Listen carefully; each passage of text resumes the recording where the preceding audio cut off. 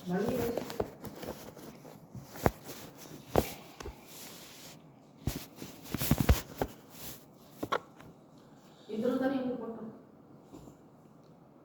ਸੰਗਤ ਹੁਣ ਜੋ ਕਥਾ ਵਿਚਾਰ ਹੈ, ਇਸ ਤੋਂ ਅੱਗੇ ਗੁਰੂ ਗੋਬਿੰਦ ਸਿੰਘ ਮਹਾਰਾਜ ਜੀ ਦਾ ਇਤਿਹਾਸ ਜਿਹੜਾ ਲੜੀਵਾਰ ਚੱਲ ਰਿਹਾ। ਹੁਣ ਸਤਿਗੁਰੂ ਜੀ ਨੇ ਲੰਗਰਾਂ ਦੀ ਪ੍ਰੀਖਿਆ ਕਰਨੀ। ਸਤਿਗੁਰੂ ਜੀ ਨੇ ਲੰਗਰਾਂ ਦੀ ਪ੍ਰੀਖਿਆ ਕਰਨੀ। ਸਾਧ ਸੰਗਤ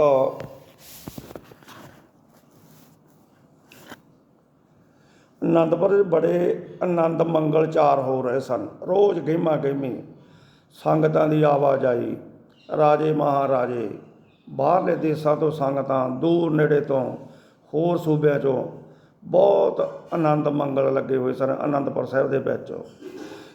ਉਹਨਾਂ ਦੇ ਵਾਸਤੇ ਸਾਧ ਸੰਗਤ ਸਤਿਗੁਰੂ ਜੀ ਨੇ ਸਿੱਖਾਂ ਨੂੰ ਹੁਕਮ ਕਰਿਆ ਕਿ ਤੁਸੀਂ ਲੰਗਰ ਲਾਓ। ਹੁਣ ਲੰਗਰ ਸਤਿਗੁਰੂ ਜੀ ਨੇ ਆਪ ਲਵਾਏ। ਆਪ ਲਵਾ ਕੇ ਸਤਿਗੁਰੂ ਜੀ ਨੂੰ ਪ੍ਰੀਖਿਆ ਕਰਨ ਜਾਣਗੇ। ਇਹ ਵਾਰਤਾ ਸੁਣੋ। ਅਤੇ ਬਹੁਤ ਸਿੱਖ ਸੰਗਤਾਂ ਨੇ ਆਪਣੇ ਡੇਰੇ ਹੀ ਅਨੰਦਪੁਰ ਲਾ ਲਏ ਅਤੇ ਆਪੋ ਆਪਣੇ ਡੇਰਿਆਂ ਵਿੱਚ ਲੰਗਰ ਲਾ ਦਿੱਤੇ ਸੰਗਤਾਂ ਨੇ, ਜਿਸ ਕਰਕੇ ਗੁਰੂ ਕੀ ਨਗਰੀ 'ਚ ਰਹਿਣ ਵਾਲਾ ਕੋਈ ਵੀ ਰੋਟੀ ਤੋਂ ਭੁੱਖਾ ਨਹੀਂ ਸੀ ਜਾਂਦਾ ਅਨੰਦਪੁਰ ਸਾਹਿਬ ਦੇ ਵਿੱਚੋਂ, ਕਿਉਂਕਿ ਗਹਿਮਾ ਗਹਿਮੀ ਸਤਿਗੁਰੂ ਜੀ ਦਾ ਕਰਕੇ ਲੱਗੀ ਰਹੀ। ਸੰਗਤਾਂ ਆਉਂਦੀਆਂ ਸੀ। ਭੁੱਖ ਸਭ ਤੋਂ ਬੁਰੀ ਆ ਸਾਧ ਸੰਗਤ। ਸਤਿਗੁਰੂ ਜੀ ਕਹਿੰਦੇ ਕੋਈ ਭੁੱਖਾ ਨਾ ਜਾਵੇ ਅਨੰਦਪੁਰ ਸਾਹਿਬ ਦੇ ਵਿੱਚੋਂ, ਲੰਗਰ ਲਾਓ। ਇਹ ਚਰਚਾ ਗੁਰੂ ਜੀ ਦੇ ਪਾਸ ਪਹੁੰਚ ਗਈ ਕਿ ਬਹੁਤ ਸਿੱਖ ਸੰਗਤਾਂ ਨੇ ਆਪਣੇ ਡੇਰਿਆਂ ਵਿੱਚ ਬੜੇ ਵੱਡੇ ਵੱਡੇ ਲੰਗਰ ਲਾਏ ਹੋਏ ਹਨ। ਜਦ ਗੁਰੂ ਜੀ ਨੇ ਇਹਨਾਂ ਦੀ ਬਹੁਤ ਸੋਭਾ ਸੁਣੀ ਤਾਂ ਲੰਗਰਾਂ ਵਾਲਿਆਂ ਦੀ, ਤਾਂ ਇੱਕ ਦਿਨ ਆਪ ਜੀ ਇੱਕ ਗਰੀਬੜੇ ਸਿੱਖ ਦਾ ਰੂਪ ਭੇਸ ਧਾਰ ਕੇ ਇਹਨਾਂ ਦੀ ਪ੍ਰੀਖਿਆ ਕਰਨ ਚਲੇ ਗਏ ਸਤਿਗੁਰੂ ਜੀ। ਗੁਰੂ ਗੋਬਿੰਦ ਸਿੰਘ ਮਹਾਰਾਜ ਇੱਕ ਗਰੀਬ ਜਿਹੇ ਸਿੱਖ ਦਾ ਰੂਪ ਧਾਰ ਲਿਆ ਸਤਿਗੁਰੂ ਜੀ ਨੇ, ਵੀ ਇਹਨਾਂ ਲੰਗਰਾਂ ਦੀ ਮੈਂ ਪਰਖ ਵੀ ਕਰਾਂ ਵੀ ਇਹ ਕਿਸ ਤਰ੍ਹਾਂ ਛਕਾਉਂਦੇ ਆ ਸੰਗਤਾਂ ਨੂੰ। ਇੱਕ ਸਿੱਖ ਦੇ ਜਦ ਡੇਰੇ ਜਾ ਕੇ ਆਪ ਜੀ ਨੇ ਕਿਹਾ ਸਾਨੂੰ ਬਹੁਤ ਭੁੱਖ ਲੱਗੀ ਹੋਈ ਆ, ਭੋਜਨ ਦਿਓ। ਤਾਂ ਉਸਨੇ ਕਿਹਾ ਕਿ ਕੁਛ ਚਿਰ ਬੈਠ ਜਾਓ, ਭੋਜਨ ਤਿਆਰ ਹੋ ਰਿਹਾ ਹੈ, ਮਿਲ ਜਾਏਗਾ। ਪਹਿਲੇ ਲੰਗਰਾਂ ਨੇ ਤਾਂ ਐਂ ਕਹਿਤਾ। ਹੁਣ ਉਸ ਤੋਂ ਹਟ ਕੇ ਆਪ ਜੀ ਨੇ ਦੂਜੇ ਸਿੱਖ ਦੇ ਤੋਂ ਭੁੱਖ ਦਾ ਵਾਸਤਾ ਪਾ ਕੇ ਜਦੋਂ ਭੋਜਨ ਮੰਗਿਆ ਤਾਂ ਲੰਗਰ ਵਿੱਚ ਜਾ ਕੇ, ਤਾਂ ਉਸਨੇ ਕਿਹਾ ਦਾਲ ਭਾਜੀ ਰਿੱਝਣ ਵਾਲੀ ਹੈ, ਫਿਰ ਆਣ ਕੇ ਭੋਜਨ ਲੈ ਲੈਣਾ, ਤੂੰ ਅੜਕ ਜਾ ਛਕ ਲਈ, ਫਿਰ ਹਲੇ ਦਾਲ ਸਬਜ਼ੀ ਬਣ ਰਹੀ ਹੈ। ਇਸ ਦਾ ਜਵਾਬ ਸੁਣ ਕੇ ਆਪ ਜੀ ਨੇ ਤੀਜੇ ਸਿੱਖ ਦੇ ਡੇਰੇ ਤੋਂ ਲੰਗਰ 'ਚ ਜਾ ਕੇ ਫਿਰ ਭੁੱਖ ਲੱਗੀ ਆ ਕੇ ਜਾ ਕੇ ਭੋਜਨ ਮੰਗਿਆ। ਅਤੇ ਉਸਨੇ ਕਿਹਾ ਜੀ ਆਨੰਦ ਸਾਹਿਬ ਦਾ ਪਾਠ ਕਰਨਾ ਰਹਿੰਦਾ, ਹਲੇ ਥੋੜ੍ਹਾ ਜਿਹਾ ਠਹਿਰ ਕੇ ਆ ਜਾਣਾ। ਇਸ ਤੋਂ ਹਟ ਕੇ ਜਦ ਆਪ ਜੀ ਨੇ ਚੌਥੇ ਸਿੱਖ ਦੇ ਲੰਗਰ ਤੋਂ ਪ੍ਰਸ਼ਾਦਾ ਮੰਗਿਆ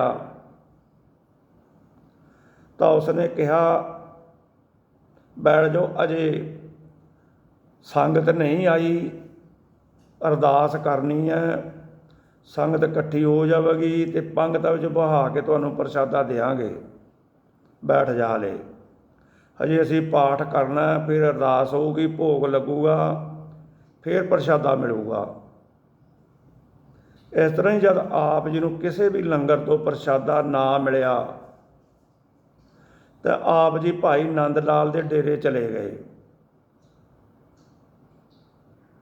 ਹੁਣ ਨੰਦ ਲਾਲ ਨੇ ਆਪ ਜੀ ਦਾ ਸਿੱਖ ਰੂਪ ਵੇਖ ਕੇ, ਕਿਉਂਕਿ ਨੰਦ ਲਾਲ ਨੇ ਪਛਾਣਿਆ ਸੀ ਨਾ ਮਹਾਰਾਜ ਨੂੰ ਵੀ ਮਹਾਰਾਜ ਕਿਸੇ ਵੀ ਰੂਪ ਦੇ ਵਿੱਚ ਆ ਸਕਦੇ ਹੈ। ਇੱਕ ਇਕੱਲੇ ਨੰਦ ਲਾਲ ਨੇ ਮਹਾਰਾਜ ਨੂੰ ਪਛਾਣਿਆ ਸੀ। ਮੈਂ ਤਾਂ ਆਪ ਜੀ ਨੰਦ ਲਾਲ ਦੇ ਡੇਰੇ ਚਲੇ ਗਏ ਤਾਂ ਨੰਦ ਲਾਲ ਨੇ ਆਪ ਜੀ ਦਾ ਸਿੱਖ ਰੂਪ ਵੇਖ ਕੇ ਉੱਠ ਕੇ ਸਤਿਕਾਰ ਕੀਤਾ ਪਹਿਲਾਂ ਤਾਂ, ਅਤੇ ਹੱਥ ਜੋੜ ਕੇ ਪੁੱਛਿਆ ਆਪ ਜੀ ਕਿਸ ਕਾਰਨ ਵਾਸਤੇ ਆਏ ਹੋ।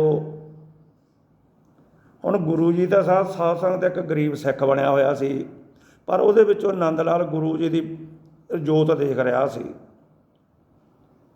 ਉਹ ਗੁਰੂ ਜੀ ਨੇ ਕਿਹਾ, ਸਾਨੂੰ ਬਹੁਤ ਭੁੱਖ ਲੱਗੀ ਹੈ, ਅਸੀਂ ਪ੍ਰਸ਼ਾਦਾ ਛਕਣਾ ਹੈ। ਇਹ ਉੱਤਰ ਸੁਣ ਕੇ ਨੰਦ ਲਾਲ ਜੀ ਕਾਹਲੀ ਨਾਲ ਲੰਗਰ ਵਿੱਚ ਗਏ ਅਤੇ ਛਕਣ ਜੋਗੇ ਭੋਜਨ ਦਾ ਸਮਾਨ, ਜੈਸਾ ਕਿ ਗੁੰਨਿਆ ਹੋਇਆ ਆਟਾ, ਭਿੱਜੀ ਹੋਈ ਅੱਧ ਕੱਚੀ ਦਾਲ, ਘਿਓ, ਲੂਣ ਤੇ ਲੱਕੜਾਂ ਲਿਆ ਕੇ ਸਿੱਖ ਗੁਰੂ ਜੀ ਜਿਹੜਾ ਸਿੱਖ ਦੇ ਅੱਗੇ ਰੱਖ ਕਰਕੇ ਬੇਨਤੀ ਕੀਤੀ ਕਿ ਇਸ ਵੇਲੇ ਇਹ ਹਾਜ਼ਰ ਹੈ, ਪਰ ਜੇ ਬੈਠ ਜਾਓ ਤਾਂ ਹੋਰ ਤਿਆਰ ਹੋ ਰਿਹਾ ਹੈ, ਉਹ ਲੈ ਲੈਣਾ। ਦੋਹਾਂ ਗੱਲਾਂ ਵਿੱਚੋਂ ਜਿਹੜੀ ਤੁਹਾਨੂੰ ਚੰਗੀ ਲੱਗਦੀ ਆ ਉਹ ਤੁਸੀਂ ਦੱਸੋ, ਉਹ ਕਰ ਲਵੋ। ਹੁਣ ਭਾਈ ਨੰਦ ਲਾਲ ਦਾ ਇਹ ਵਰਤਾਓ ਵੇਖ ਕੇ ਗੁਰੂ ਜੀ ਬਹੁਤ ਖੁਸ਼ ਹੋਏ ਅਤੇ ਕੱਚਾ ਭੋਜਨ ਜੋ ਕੁਛ ਭਾਈ ਜੀ ਨੇ ਦਿੱਤਾ ਸੀ ਲੈ ਕੇ ਆਪਣੇ ਸਥਾਨ 'ਤੇ ਆ ਗਏ। ਦੂਸਰੇ ਦਿਨ ਜਦ ਫੇਰ ਦੀਵਾਨ ਵਿੱਚ ਸਿੱਖਾਂ ਦੇ ਲੰਗਰ ਦੀ ਗੱਲ ਛਿੜੀ, ਕਿਉਂਕਿ ਨਵੇਂ ਲੰਗਰ ਲੱਗੇ ਸੀ, ਸਾਰੇ ਆਪੋ ਆਪਣੀ ਵਡਿਆਈ ਕਰ ਰਹੇ ਸੀ ਲੰਗਰਾਂ ਦੀ। ਅਸੀਂ ਐਂ ਕਰਦੇ, ਅਸੀਂ ਐਂ ਛਕਾਉਂਦੇ, ਅਸੀਂ ਐਂ ਛਕਾਉਂਦੇ ਹਾਂ।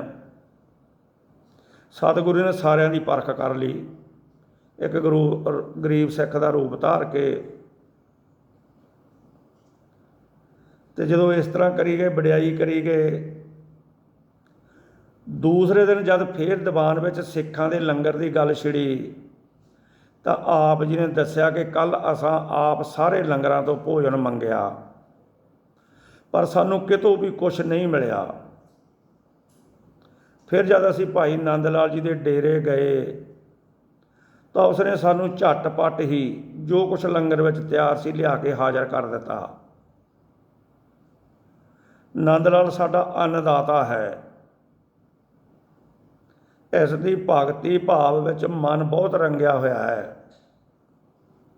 ਜਿਹੜਾ ਸਿੱਖ ਬਹੁਤ ਚਿਰ ਕਿਸੇ ਨੂੰ ਭੁੱਖਾ ਨਹੀਂ ਵੇਖ ਸਕਦਾ, ਉਹੀ ਸਿੱਖ ਮੈਨੂੰ ਪਿਆਰਾ ਹੈ। ਜਿਹੜਾ ਸਿੱਖ ਨੂੰ ਭੁੱਖਾ ਤਿਹਾਇਆ ਵੇਖ ਕੇ ਉਸ ਨੂੰ ਜਿਉਂ ਤਿਉਂ ਕਰਕੇ ਛੇਤੀ ਤੋਂ ਛੇਤੀ ਤ੍ਰਿਪਤ ਕਰਦਾ ਹੈ, ਉਹੀ ਸਿੱਖ ਮੇਰੀ ਖੁਸ਼ੀ ਲੈਂਦਾ, ਉਹ ਸਿੱਖ ਮੇਰੀ ਪ੍ਰਸੰਨਤਾ ਲੈਂਦਾ ਹੈ। ਭੁੱਖੇ ਨੂੰ ਅੰਨ ਦੇਣ ਵਾਸਤੇ ਕੋਈ ਸਮਾਂ ਨਿਸ਼ਚਿਤ ਨਹੀਂ ਹੁੰਦਾ, ਭਾਵੇਂ ਰਾਤ ਹੋਵੇ ਭਾਵੇਂ ਦਿਨ ਹੋਵੇ। ਊਚ ਨੀਚ ਜਾਤੀ ਦਾ ਭਾਵ ਕੈਸਾ ਵੀ ਕੋਈ ਪੁਰਸ਼ ਹੋਵੇ, ਜਦ ਉਸ ਨੂੰ ਭੁੱਖਾ ਵੇਖੋ ਤਾਂ ਤੁਰੰਤ ਹੀ ਭੋਜਨ ਦੇਵੋ।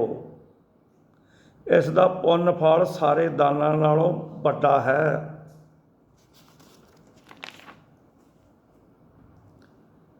ਅੰਨ ਦੇ ਦੇਣ ਨਾਲ ਪ੍ਰਾਣ ਬਚ ਜਾਂਦੇ ਆ, ਉਸ ਵਰਗਾ ਹੋਰ ਕੋਈ ਦਾਨ ਨਹੀਂ ਹੈ। ਸਤਿਗੁਰੂ ਜੀ ਦੇ ਪਾਸੋਂ ਇਹ ਅੰਨ ਦੇ ਦਾਨ ਦੀ ਇਤਨੀ ਮਹਿਮਾ ਸੁਣ ਕੇ ਸਾਰੇ ਸਿੱਖ ਅੱਗੇ ਵਾਸਤੇ ਸੁਚੇਤ ਹੋ ਗਏ ਅਤੇ ਸਭ ਨੇ ਪ੍ਰਾਣ ਧਾਰ ਕਰ ਲਿਆ ਕਿ ਜਿਸ ਵੇਲੇ ਕੋਈ ਵੀ ਸਿੱਖ ਭੋਜਨ ਵਾਸਤੇ ਲੰਗਰ ਵਿੱਚ ਆਵੇਗਾ ਤਤ ਛਿਨ ਹੀ ਉਸ ਨੂੰ ਭੋਜਨ ਛਕਾਇਆ ਜਾਵੇਗਾ, ਕਿਸੇ ਨੂੰ ਵੀ ਭੁੱਖਾ ਮੋੜਿਆ ਨਹੀਂ ਜਾਵੇਗਾ। ਇਸ ਤਰ੍ਹਾਂ ਸਾਲ ਪੇਪਰਾਂ ਦੇ ਵਿੱਚੋਂ ਇੱਕ ਇਕੱਲੇ ਨੰਦ ਲਾਲ ਪਾਸ ਹੋਏ। ਜਦੋਂ ਸਤਿਗੁਰੂ ਜੀ ਦਾ ਕੋਈ ਬੰਦਾ ਸਿੱਖ ਬਣਦਾ ਨਾ ਤੇ ਸਿੰਘ ਬਣਦਾ, ਤੇ ਮਹਾਰਾਜ ਉਹਦੇ ਪੇਪਰ ਵੀ ਪਾਉਂਦੇ ਆ ਫਿਰ ਉਹਨੂੰ।